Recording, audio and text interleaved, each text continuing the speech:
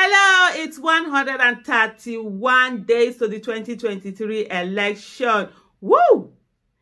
You have opportunity on that day to make a difference. So please, as much as possible, make the right kind of difference that you will be proud of 10 years from now. That your children and grandchildren will be proud of, that you were part of those who helped to build a great Nigeria.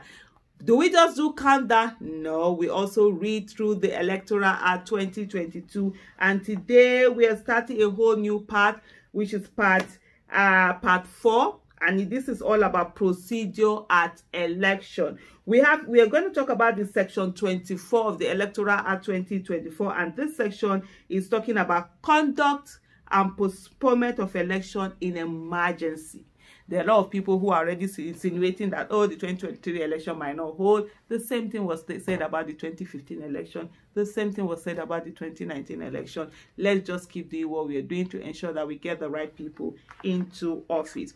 Subsection 1 of section 24 of the Electoral Act 2022 says, in the event of an emergency affecting an election, the Commission shall, as far as practicable, ensure that persons displaced as a result of the emergency are not disenfranchised. And this is, I remember in 2015 where we had to really fight for IDPs and say that they had been thrown away from their places by the terrorists, and we must not allow for them to be disenfranchised by the government. And so this is one of the things. There it is in the act right now.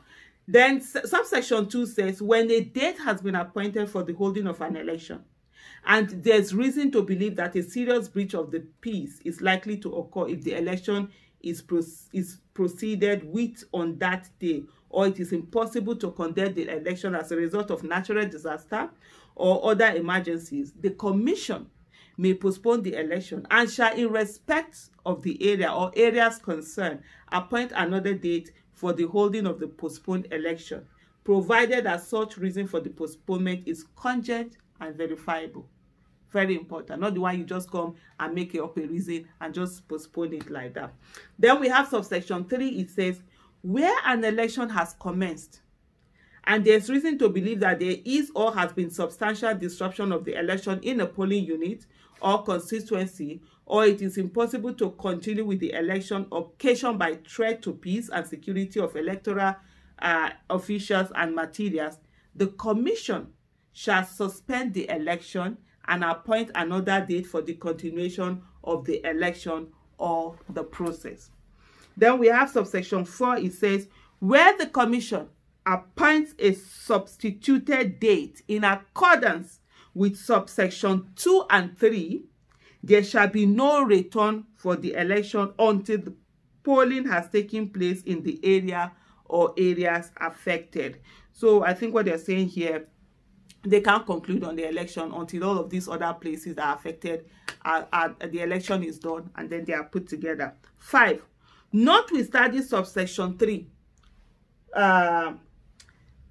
the Commission may, if satisfied that the result of the election will not be affected by voting in the area or areas in respect of which substituted dates have been appointed, direct that a return of the election be made. So this is it. Let me just explain this a little bit from what I understand. So that if it's not that way, always put it down in the comment.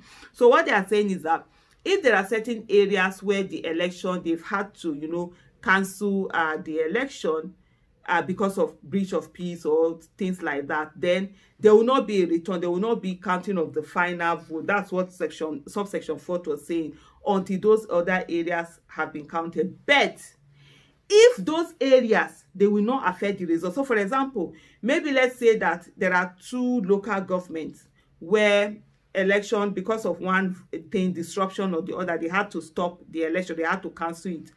And the number of voters, the number of registered voters in these 2 areas are like maybe 100,000 voters, registered voters.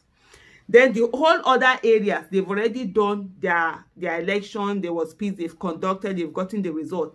And the difference between the person who is leading and the person who is following is 200,000 votes.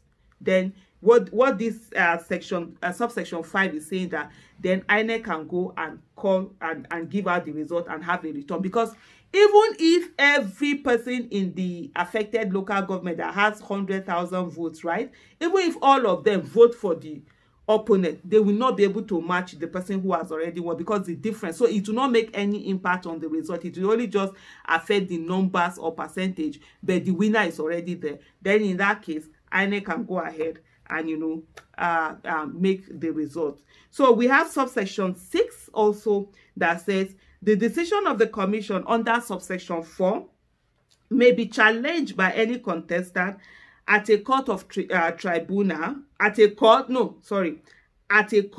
or tribunal of competent jurisdiction, and on such challenge, the decision shall be suspended until the matter is determined. So,